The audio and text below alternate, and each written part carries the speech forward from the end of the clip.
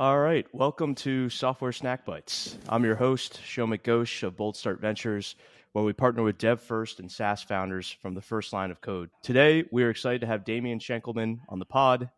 Damian is currently principal architect at Okta and was employee 10 at Auth0. Welcome to the show, Damian. So why don't we just start off with your story? How'd you get to become the principal architect at Okta? So I joined Auth0 in 2014. I was finishing university back in Buenos Aires before I was doing consulting work for a company that did a lot of consulting projects for Microsoft, particularly Microsoft dev toolings and hands-on labs, some practices stuff. And I was really looking forward to doing some product work. I wanted to also be able to work from Argentina, so I didn't really want to move. And Matthias is someone I knew from my previous company. Matthias is the CTO and co-founder of Auth0. So I basically reached out and said, "Hey, are you folks hiring?" And I joined.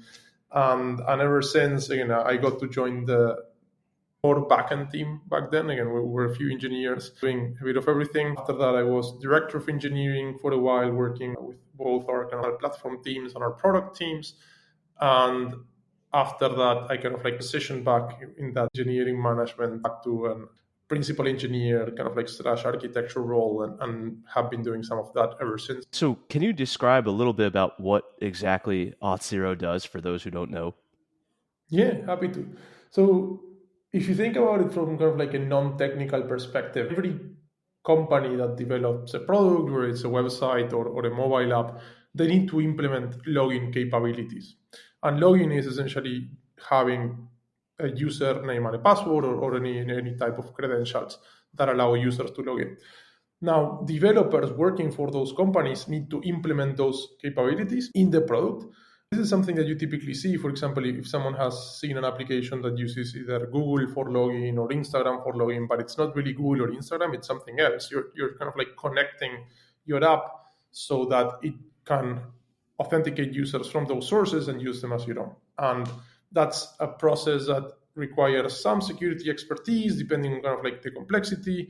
It requires tuning because you might have threats and you might have anomalies and you might want to use multiple factors. And there's kind of a bunch of things that get more complex the more complex your application grows. And what Auth0 does is simplify that kind of identity for consumer apps and for B2B SaaS. So you mentioned authentication there. A lot of people, I think, have this question. They hear, well, they mostly hear auth, right? And then that could mean authentication, that could mean authorization. So can you explain a little bit more about the difference between those two? When you think about identity, there are a number of things to consider, but a couple of the important ones are authentication and authorization. Authentication is figuring out who you are, who the user is, or who a computer is in a system. Example, that might be asking for a username and a password, or asking for WebAuthn device authentication, something that says, hey, I have trust in who you are. It might even be a certificate if you're using, for example, mutual TLS. Once you know who someone is, you can start asking other questions. And one of those questions is, what can they do on a system? And that's when you think about authorization. So if you think about systems, you typically see that maybe surface in the notion of a role and a permission, but you might also see it surface in other ways. For example, when you use some of the B2B collaboration apps like Google Docs or Figma, you can share specific projects or specific boards or specific documents with someone, and you don't do it because of the role. You just do it to say, hey, this person can look at this thing. And that's kind of the separation between authentication and authorization, who you are and what you can do. And it sounds like they sort of go hand in hand. Like you could start off building one part of the product. You could start off just saying, hey, we're going to solve authentication.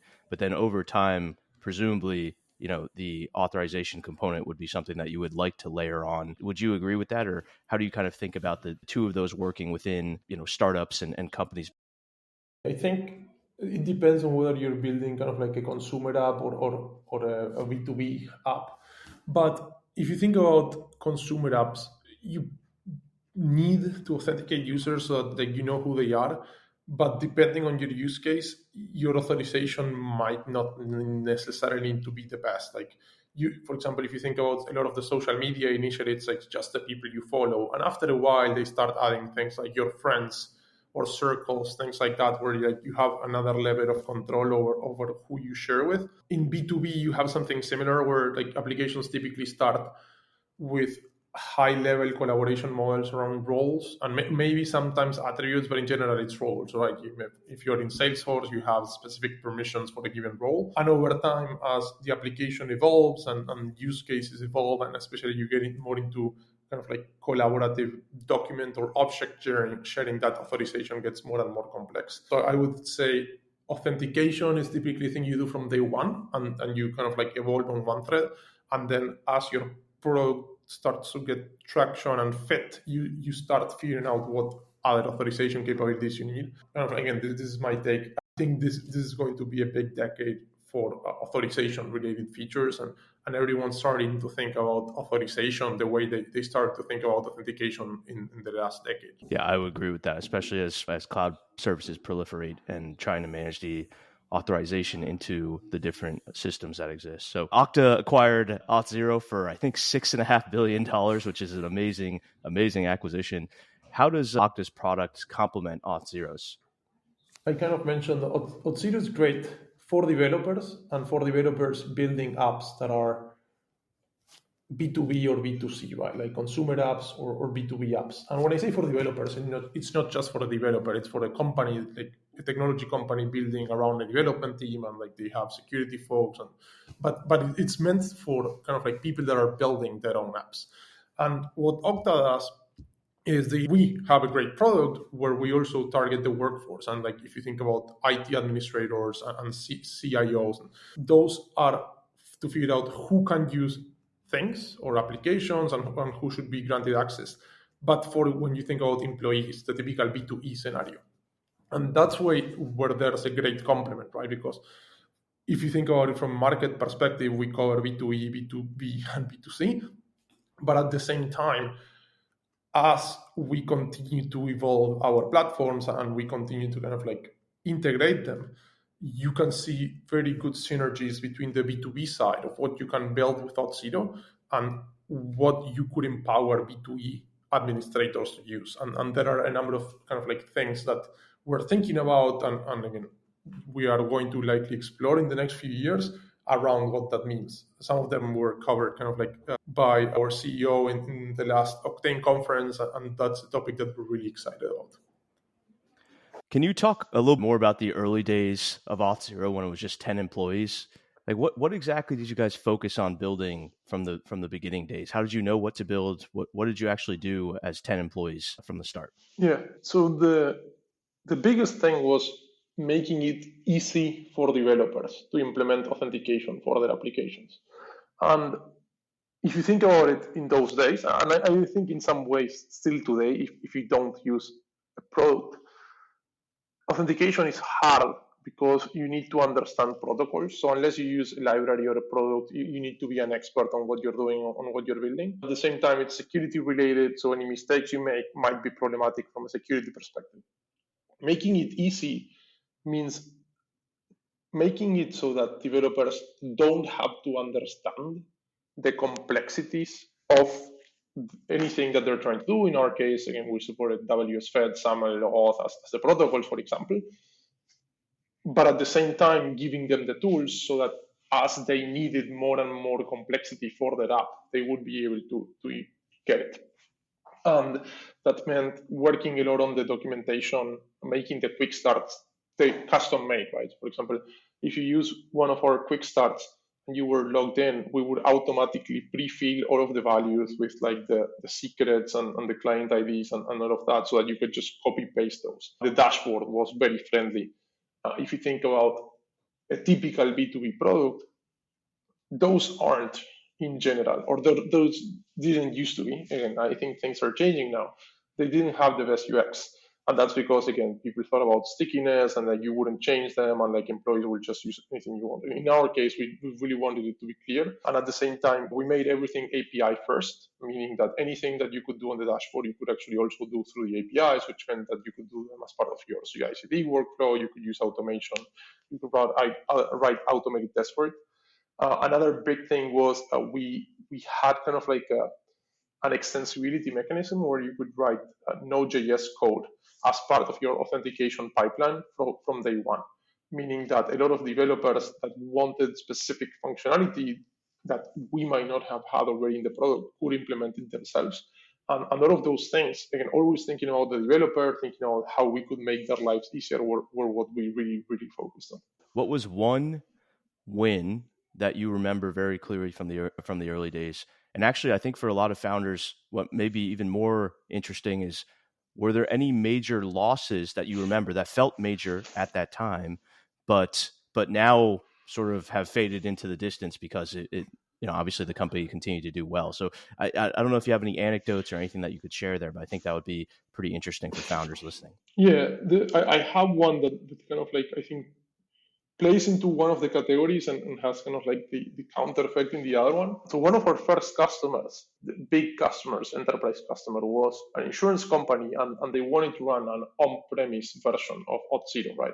So Auth0, back in the day, you could run it on the cloud, typical like SaaS hosted by us, but you could also run it on the cloud, hosted in your own cloud. Let's say you had Azure or you had AWS, you gave us an account with very little permissions and we could just basically put it there.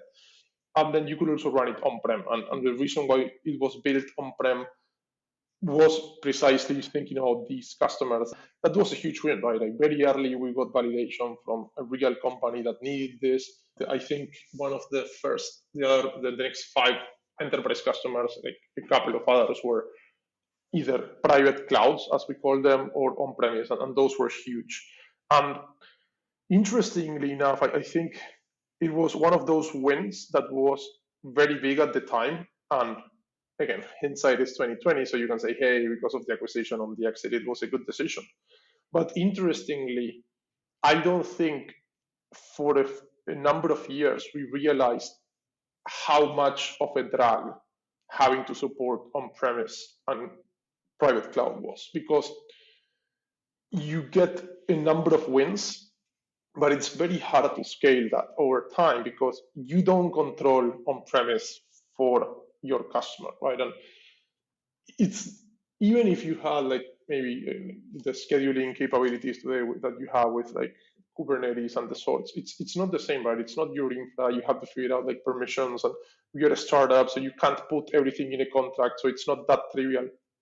And I think over time that restricted how, like, it restricted the technologies that we could use. For example, we couldn't use Redis for a while because it was very hard to get customers to accept to run Redis on there because it was just another piece of software and more machinery and stuff. And that meant that the initial software stack that we had was all we had. For a while, we had to make sure that everything worked both on-prem and on the cloud, so everything was kind of like jam-packed into one machine. I think we should have made kind of like a mental change a bit earlier than we did. I think we deprecated and we started thinking about deprecating some of those things 2020, 2021. I think maybe in 2018, we should have said, hey, these things have brought us this far, but now the cost of keeping them around is too high. And the challenging thing about this type of decision, and I think it will happen, or it can happen to any company, is that it's an opportunity cost decision where it's very hard to measure the opportunity cost, because all you see the dollars and the opportunities coming in from the on-prem, from the private cloud deals, and those are very measurable, right? It's very hard to go against that. It's very hard to say, hey, if we weren't building these capabilities, we could be doing this other thing, which would get us these other customers, because it's like, it's a second or even a third order effect in some cases. And because you don't know what you don't know, it's very hard to make the case for that. Either you have to kind of like figure it out from metrics like, hey, the margins aren't that great when we do these things, so we have to hire a lot more people, or you have to build kind of like a couple of like example cases, which is what we did, saying, hey, because we have to do this, like this is how long this takes, this is how long it takes. But it takes, I think it takes a while for those decisions to be changed or undone because of inertia. For those first few customers, were you able to turn down, because I imagine like you mentioned, on-prem revenue, right? I mean, that's still that's a major customer coming in saying, we're going to pay you X amount of dollars, right? That is a pretty amazing thing for an early stage company. But then you talk about how there's trade-offs around that. And so I'm wondering, for those early customers, were you guys sort of all excited about just whatever customers that you could get at that time because you were trying to focus on making revenue, getting to the hands of customers? Or were you kind of thinking in the back of your head, hey, this may not be the right fit, but we just need that revenue right now? So I can't, again, I can't speak for everyone, but at least from both what I thought and at the same time the conversations we had, this was just very good validation of the product that we were building, because these companies were still using it. They were using it in very large setups. They were using it with development teams that gave us feedback, that were kind of like very conscious about what they were doing. So we had the right audience, right? The audience was developer. And the bet was the cloud is going to grow. And if with that mindset, the cloud is going to grow. So over time, if I have the right product, I'm going to get more of the cloud deals. And in the meantime, what I'm doing is I'm validating the product. It was definitely the right thing. And I think everyone back in the day thought about it like that. I think at least when I first started thinking about it differently was as I had a few years under my belt, kind of like running some of the platform teams, seeing the trade-offs that we had to do, seeing what we had to do for specific customers, and some of the architectural decisions that we had to make. I started kind of like looking at the numbers, and I was like, I don't think the customers we have are large enough to continue being worth it, right? Because again, at the beginning, a lot of the on-prem and private cloud was a big part of the revenue. And I think, I don't remember the exact year, but maybe 2018, 2019, that was no longer the case by any means. And the challenging thing with developer products is that you don't want to break compatibility, right? This is not like a consumer app where you can just go make changes. It's like people are depending on your APIs, people expect your SLAs to be met. So you can't just go make these changes. It's a big decision in general. What was it like for you as an early team member? So, a lot of early employees talk about how, even if you're an engineer, you're involved in sales conversations, you're involved in product conversations. Some joke they're cleaning the office, or they're bringing coffee to everybody. But I'm just curious, what was it like for you? Like, were you able to just say, hey, I'm just going to sit here, code, and focus on building the product? Or were you getting pulled in a number of different directions? I was getting pulled in a number of different directions. I think everyone was. I liked it. That's what I wanted by joining a startup. But for example, when I joined, I remember being asked, "Hey, do you want to work more on the kind of like engineering team, or do you want to do kind of like more sales, solutions, architecture stuff?" And I picked the engineering side because I wanted to understand how the core of the product works, so that I could do a bit of everything. The thing I've always try to do in my career is kind of like maximize my learning. And startups, especially when they are successful, allow you to do that because they continue to grow and you continue to have opportunities. And the more you've been around, because of how compounding knowledge works, the more things you can do. But yeah, we were doing support daily. We did support in chat, we did support on Twitter, we did support anywhere we could. And it was very useful. That allowed us to implement features. Like someone asked for something and he said, "Hey, yeah, this makes sense." We talked about it with a couple of people, and like in an hour it was in production. I did sales. I did like a couple of years after that, when I was kind of like doing engineering, I wrote part of the contracts for anything technical, which was again very interesting, and like being in those conversations. Evangelism, helping with the marketing. We did everything. I think some people like it more than others, but at least from my side, it was great. I wouldn't have one way. Yeah. That's a very cool ability to be able to learn all those different things in the beginning and go into sales and then go into support, have a close, tight feedback loop with the customers. I think the learning cadence that you get from something like that is just, exponential versus if you were in a larger org where you may not get the ability to be put into those different roles. One thing you mentioned is that you're constantly learning, you're constantly interested in new opportunities. I read actually a post of yours where you talked about you weren't necessarily looking for a management role, but yet you still became the director of engineering at Auth0. So talk to us a little bit more about how that came about and why you made that decision to take that role. So it goes back to the learning. I think late 2015, Matthias, he was my manager. He was looking for someone to kind of like take the reins on the engineering side. He wanted to focus more on product, but he also had design and security under him. So at that point, this was post Series A. He wanted to kind of like start dividing those functions, fairly typical, right? You have the technical co-founder and they want to focus on kind of like a slice of the business. So he looked for a couple of folks externally. Some things kind of like didn't work out. Like we couldn't find the right person. And I think after like 4 or 5 months looking, yeah, 4 months, I remember he sent me like a link. Hey, what do you think? Right. And it was like a comparison between like VP engineering and CTO, or like, what about this?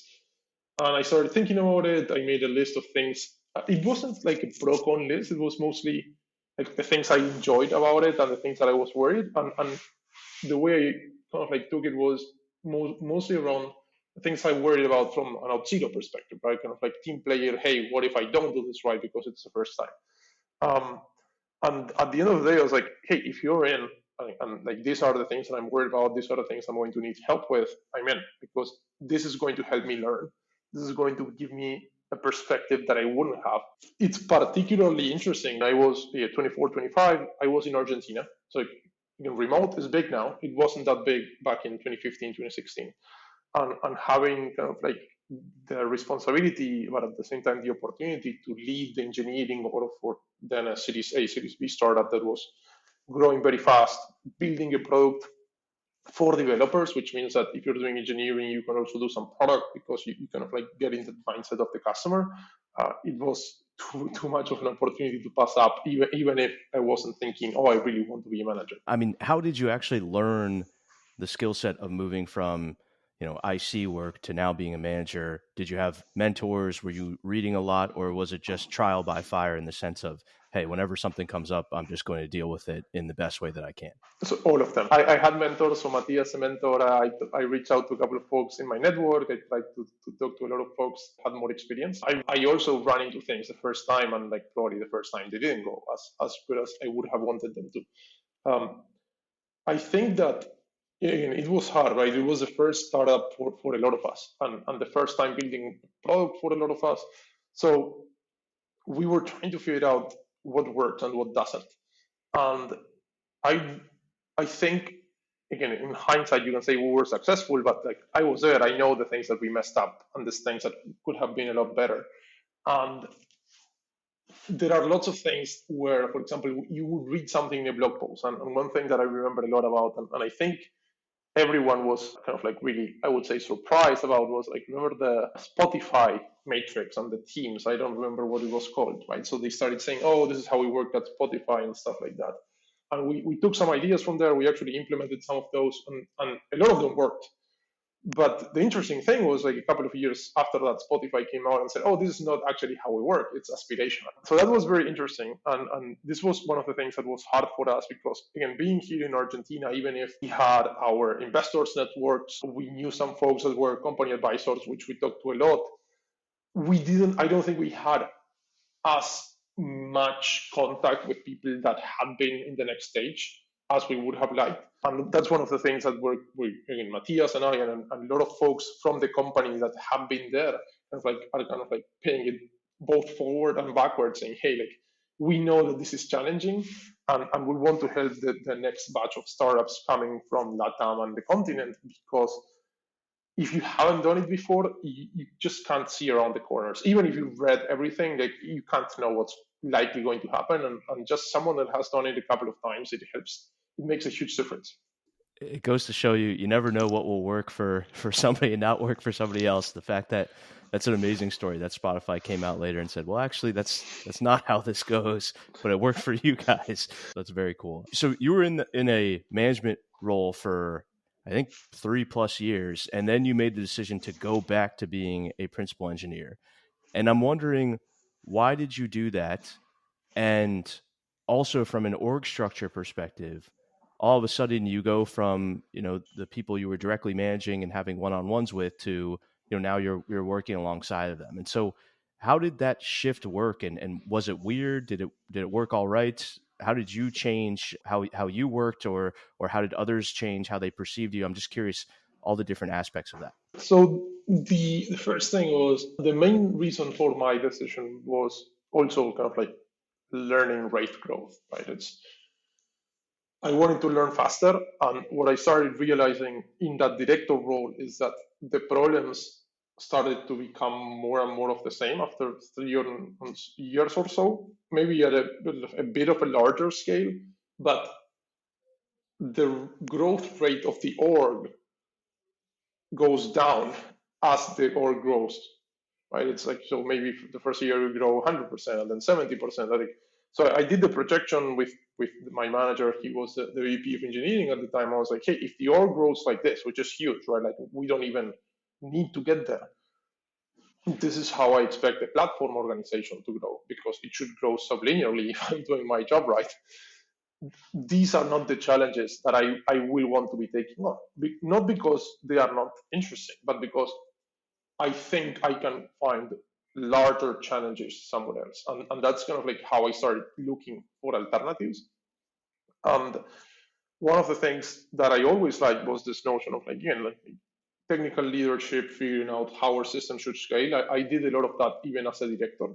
And I had read, I think, Charity's blog post about, hey, the engineering management pendulum. So like it was easy to kind of like link people to that and say, hey, you should look at this. This is what I'm trying to do.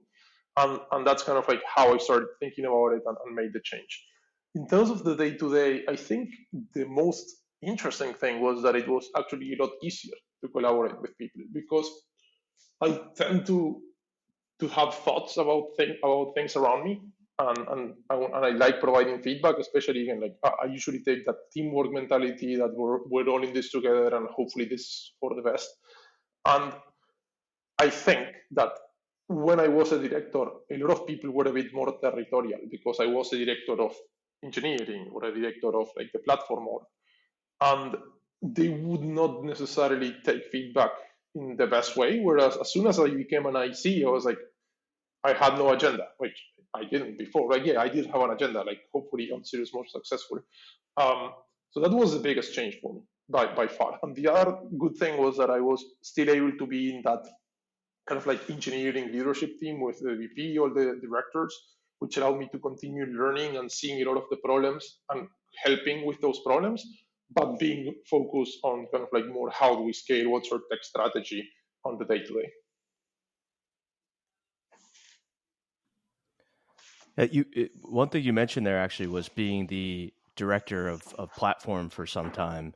And I'm curious, I think I read somewhere that you led a big project that was around increasing the reliability and scalability of Auth0. And so I wonder if you could talk a little bit more about what that consisted of, and also what was the impact, or were you able to see the impact of that project on the org after you did it? Because I feel like sometimes platform teams are focused internally, right? And obviously a lot of the company is focused on external actions, right? Helping customers solve their pain points. But the platform team is helping enable the internal team to move faster to deliver those things.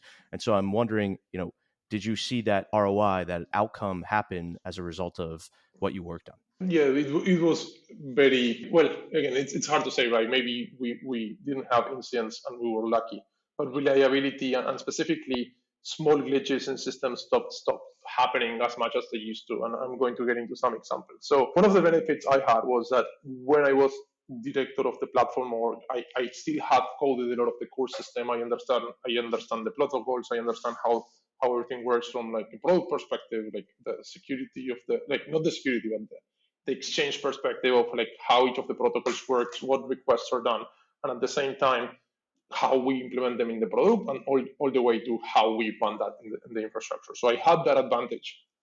And one of the things we had in our platform was we had kind of like an SRE team, which was a few folks that had a software background but were really interested in kind of like performance, reliability, infrastructure work, and automating stuff. So what we did was this was kind of like, I think, late 2018. Well, we had a few of these, but like the major one was when we started saying, hey, we are still doing things thinking about on-prem when we have very large customers, for example, Atlassian became a customer at one point, and these customers are cloud customers, and they need different reliability requirements than the ones that we can give them if we keep doing these things. So we did very simple things. If you think about it both retroactively, but also when we were in that moment, that's how we thought about it, that were aimed at fixing the issues we had. So for example, we had issues because one of the APIs, which was related to user management, wasn't as reliable as it should be. And the problem is that the failure domain for that API was the same as the failure domain for everything else because it was part of a monolith. The thing is, it didn't have to be, right? Like you could run the user's code independently. It was, I would say, relatively well structured. So we said, hey, let's take this out into a library, let's abstract that. And all we did, for example, was we started running in a separate process. That's it. Users runs in one process and everything else run in another process. That made a huge difference. Then we made a bunch of changes to how we deployed code because another thing we saw was, and this came from kind of like the notion of the accelerate metrics, and which now they have a different name and there's a much longer paper, but essentially, if you can deploy code often with a low amount of errors, that allows you to iterate fast, which means that you have an edge over your competition, or at least you don't lose an edge. And that's the thing that we've always believed in. We always deployed multiple times a day. So if we can make those deploys less likely to fail, we're going to do it. And that's when we moved from like a rolling deployment model to kind of like green-blue deployments with some like percentage of traffic being routed to different nodes. So that was a big thing that we did. I mean, also a huge advantage. Deployments were a lot faster because of the way we started rolling things out with the immutable APIs and AMI, and at the same time, whenever we did one of these, we could quickly roll back to the previous version, so it was able to do. And then a number of the other things we did there was we tuned a bunch of things at the database level so that whenever we had kind of like specific spikes, we would essentially kind of like protect from other noisy neighbors in a multi-tenant environment. And that was kind of like, again, we had kind of like efforts at different points in time to improve reliability besides the typical work on reliability. But that was one where we changed the mindset of, hey, we're doing these for everyone in the same way, and taking that baggage from that private cloud on premise and saying, this is not how we should be doing this. This is another type of system. We can't deploy multiple times a day or multiple times an hour and do things with an on-premise mindset where we deploy one time a day because that's not going to work. So I think those were kind of like the main things there. We had a bunch of other initiatives around improving how like any environment is kind of like an Auth0 isolation environment where you can just run all of the services there. So making sure that those work and like how they scale and like auto scaling and stuff like that. Because if you think about it again, with on-premise, you can't auto scale. So for a while, we had kind of like different configurations where like for on-prem, you do this thing, but for the cloud, you do this other thing. So kind of like those little things, which are all obvious, were good. I think a good thing, and I think it's still good until today, is we never bought into the microservices hype, where like everyone's like, oh, we need to do microservices and we need to, and now we're coming back, right? So now it's like, oh, you don't need microservices. Maybe macroservices are good. And so it's good that we didn't buy into it. I think, again, a few of the folks that were there from the early days and that were leading some of these initiatives, we were always saying, like, oh, our problem is not that we have more or less services, right? And I think the industry tends to go towards those solutions, especially as you bring people from the outside because they don't have expertise on the specific system. And when you have expertise on the system, you know what the levers to pull are to make things better. One question I have on, you mentioned the scalability and fine tuning for the noisy neighbor problem for the databases. When you talk about auto scaling and matching like something like Atlassian's size of scale, how do you even know, hey, here's how we're going to scale out, the database or the compute clusters or whatever that you were using? How'd you figure out what to do there? Because now people would probably say, hey, we'll just use, a serverless function, or there's even auto scaling just built into the AWS stack, essentially. Yeah, so the AWS stack, when we started doing this, had auto scaling for the kind of like load balancer compute part of things. So if you said, hey, I want to auto scale, we did it. We had typical metrics like CPU and memory that we looked at, but we also looked at like requests per second. And the good thing, like we also did this kind of like per service, right? So we didn't have microservices, but we did have some services. So for example, we had a service called BAAS, which was bcrypt as a service, and all it did was password hashing. And the interesting thing, for example, about password hashing is that it's very CPU intensive for security reasons. It completely blocks anything else that you're doing on that machine, and it blocks all your code. So we couldn't do that in the same box, and we essentially had a fleet of machines that kind of like as traffic in terms of like people signing in or people signing up went up or down during the day. We could kind of like spin up more or less of those services. The storage part was never auto scale, right? So what we typically did was we ran over provisioned as the number of customers that we had in an environment grew, we would grow the database in that environment. And part of our strategy, this is one of the things that I focused on in like when I became an IC, was like how we grow past that, right? Because if you think about it, typically B2C products have to go towards kind of like a sharding infrastructure because they want one large database where they can host all of the consumers, because those consumers might all have relationships between each other. But if you think about B2B products, that's not the case, right? Your B2B customers typically want isolation. There's not a lot of sharing between them. So our strategy was a bit different. It's kind of like similar to the strategy that Okta takes, and in some cases even the strategy of how AWS scales, which is by cell, when we call it environment. So for example, we have multiple environments in the United States, US1, US2, US3, US4, all of those are public. And we also have a lot of environments that are private, dedicated environments, right? And that allows us to scale because at most we can have, worst case scenario, we can have one customer that takes up a whole environment. But from a scaling perspective, that might be thousands of requests per second that are just dedicated for that one customer, which is definitely doable. And for everyone else, if they can take it, we kind of like bundle them into a single environment where it's a multi-tenant environment. I'm curious, what were the largest challenges that you remember along the journey? Like, were there anything specific to phase shifts of the company? That could be employee count, that could be revenue, that could be number of customers, or anything else that you were just like, wow, this was, we just entered a whole new world, a whole new realm, and now I have to relearn everything, or not relearn everything, but relearn skill sets, relearn how to adjust to this new phase of growth? So I think there are two parts to that. I think that the biggest challenge, and I kind of alluded to it, was that a lot of the folks in the early years, even those with a lot of experience, for us it was the first startup. We were also remote very early on, and a lot of us were in South America, which meant that again, like a lot of these networking things and like meeting people for coffee and learning from them, it was very hard, right? We had to rely a lot on like our investors network and our advisors, but just us. And that was tough. I mean, I think it would have been a lot easier if we had either more experience, or if we had been kind of like in a city with a bit more kind of like entrepreneurial spirit and like people with those learnings.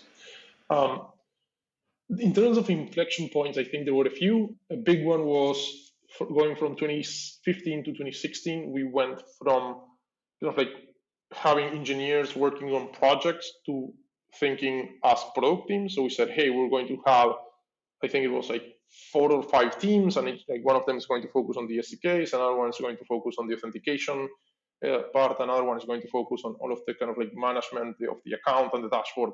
So that was a big change. It didn't necessarily require new skills, but it was a huge overhaul of how we worked and the people we hired and how we hired and how we organized and how we started planning. Because that was when we stopped saying, hey, we have a Gantt chart where everyone kind of like can do anything. And we went more for, hey, each team has a backlog, and we're going to have like people that are dedicated to thinking about the product for that team. So that was a big change. Atlassian was another big change, kind of like 2016, 2017, because they were very large compared to all of the other customers that we had, which meant that for us it was fantastic. It meant that we would learn a lot. It meant that we would be able to push kind of like the scale of our system, but at the same time, in some cases, we were running from behind and we had to do stuff for them. The good thing is that once anything we did for them from a scaling perspective, latency perspective, reliability perspective, it worked for everyone. So that was great.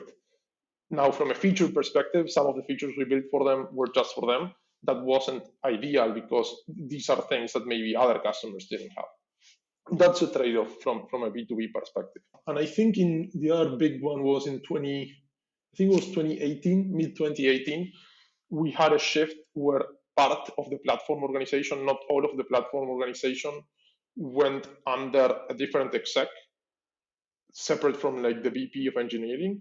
And that created kind of like some of the well-known kind of like DevOps silos, and they were kind of like throwing things over the wall. That was tough. I think it took a year where it actually came back. So it went over to someone else for a year and then it came back because it was very hard to work across those functions across different orgs. I think you actually wrote something about solving that problem or trying to solve that problem where you were just like, hey, there's a major alignment problem that we had. And so we went about creating this DNA group, which I forget what the acronym stands for, but to basically help with that decision process and what you just mentioned, those silos and losing feedback between the teams.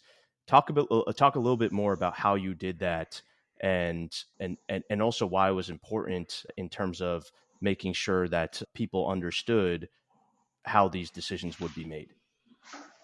Yes, I think so. DNA stood for design and architecture, and I don't think it was the ideal start for that team. But again, like those things never start in the most ideal way. So what we had was, and we had these two separate orgs.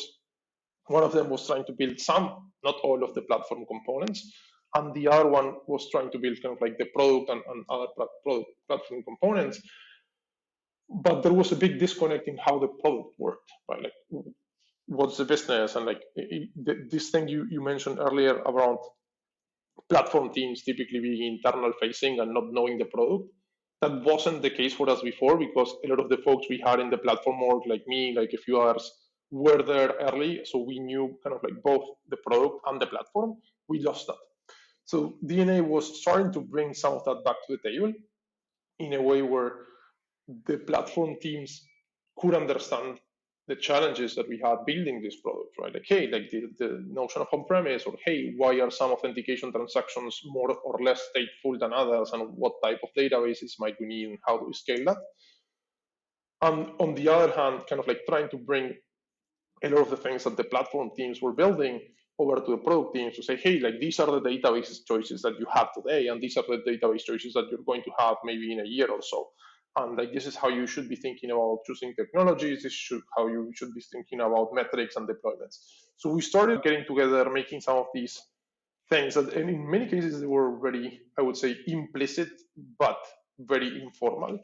And we started writing a lot of these down. On some of them, we made kind of like new decisions and we started sharing them. I think it worked in some cases, but it still required kind of like managers and even directors to kind of like push people to go look at those decisions.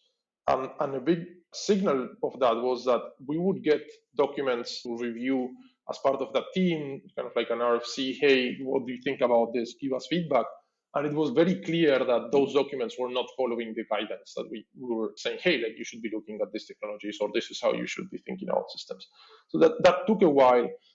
It got a bit better when kind of like the reorg was undone. So again, everything kind of like was bundled back in, and we had kind of like just one team. I think my main learning from such a team, and we still have that kind of like a similar team in the kind of like Auth0 org within Okta, or like what we call customer identity cloud.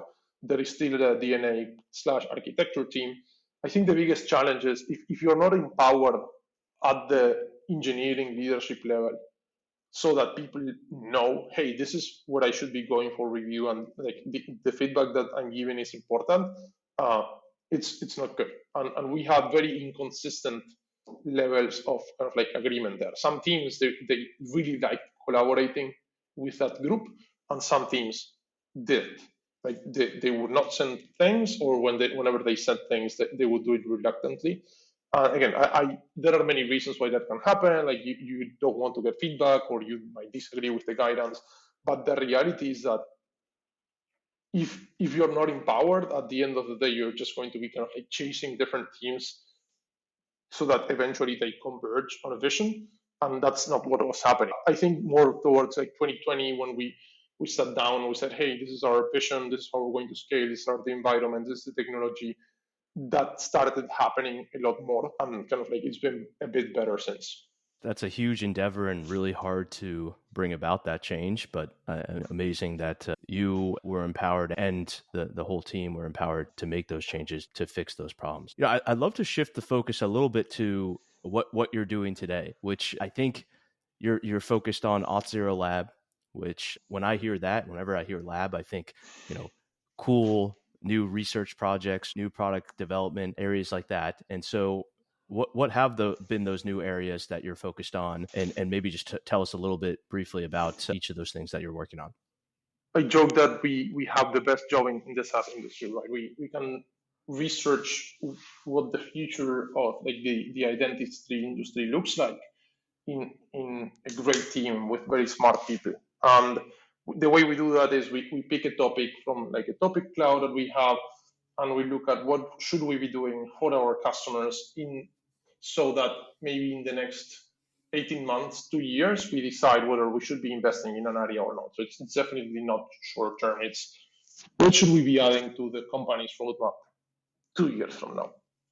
And in 2021, we did that with a project called Auth0 FGA, which is kind of like how you and I met. We implemented the Google Zanzibar paper, which is a paper around how Google internally has a system called Zanzibar that they use to make authorization decisions. So back to that authorization topic that we talked about early in the conversation. That one has turned out to be kind of like a good idea so far. We have seen very good traction with prospective customers that are about to start using the service in early 2023. So again, like that was an experiment in 21, got transferred over to the product organization, product engineering, delivery organization in 22, and now it's starting to see the light of day in 23. And a very good thing is that the team made the core of that Auth0 FGA available as OpenFGA, which is a CNCF project now. So it's very exciting to not just have the possibility of kind of like contributing to a new product and capability for developers to solve kind of like define your authorization model and ask authorization questions, but at the same time have an open source project where people can contribute back their feedback, their learning, so that we can continue kind of like moving the industry forward from an authorization perspective. And then in 2022, we focus on a couple of things. We did a small experiment with Web3 and identity, and we have a marketplace category in the Auth0 marketplace for Web3 where people can play around with that. But the main focus was what we call verifiable digital credentials. And you can think about it as a digital passport or a digital driver's license, and anything that you would hold on your phone in kind of like a wallet application that you can go present anywhere. And in order to verify it, they have to just check a cryptographic signature. So this is kind of like similar to like the Apple Wallet and the QR code at the airport. But if you think about it, when they scan your QR code, they have to go back to a database somewhere and check that your ticket exists and that it was issued by the right company and so on, and it's approved by FAA and stuff. Whereas if you think about it from a cryptographic perspective, you can do all of that fairly stateless. You only need kind of like to trust the public keys of all of the issuers that you trust. And it's a topic that we are very excited about. We think digital credentials are going to be a big thing. We are not sure what format digital credentials will take in the future. That's something that we're still unsure about. But what we did was we released a POC in what we call our experimental environment, and we've opened it up so that in 2023 we're going to be working with existing customers and prospects to explore their use cases on issuing and verifying these verifiable credentials. You're working on the edge of future products. That is a very, very cool opportunity. And I imagine a lot of developers would be excited to join your team there, because that sounds very fun. To wrap things up here, we have two questions that we ask everyone on Software Snack Bites. So the first question would be, what's your favorite technology or application or whatever that you've played with or researched recently, and why? So I looked at a thing called zero knowledge proofs, and I'm really excited about them. Zero knowledge proofs are informally, because this is not the formal way to explain it, but they are a way to prove that you know a fact without showing what the fact is. For example, I can tell you that I know where Waldo is without saying where they are, or I can also tell you that I'm over 18 without telling you my birthday. And this is very interesting in a lot of scenarios around privacy, because in many cases you just want to prove those facts, which are typically Boolean predicates, but you don't want to disclose your source of information, right? Maybe I just want to tell you that I live in California, but I don't want you to have my home address. And those kind of like privacy preserving mechanisms are very interesting, and I think zero knowledge proofs have been around for a while from a kind of like a research perspective, and we're getting to the point where the cryptography is still fairly new. And again, with any new cryptography, you have to be careful, but it's a technique that can be very useful for privacy preserving information presentation. I love that. And then the final question is, what's your favorite snack? My favorite snack is called vanet. It's a sweet thing we have here in Argentina. So it's filled with a thing called, it's kind of like sweeter caramel, okay, very sweet, and surrounded by like dark chocolate. It's the best. I love it. I rarely get those, but it's amazing. All right, when I'm in Argentina, that's what we're going to get. Yeah, so we're going to that get sounds some amazing. of it. Well, thank you for all the knowledge you shared today, Damian, and just an incredible journey. And I think still a lot to come, especially with all that you're building on the lab side. Where can people find you if they'd like to get in touch? My Twitter is at the Schenkelman, so first letter of my name and then my last name. I'm fairly active there. I think my DMs are open, and that's probably the best way to reach out if you have anything that you want to chat about. Got it. And we'll post also your personal blog and some other resources to some of the talks you've done at Auth0 as well in the show notes here. So if anybody wants to listen to Damian's work before reaching out to him, we'd be happy to do that.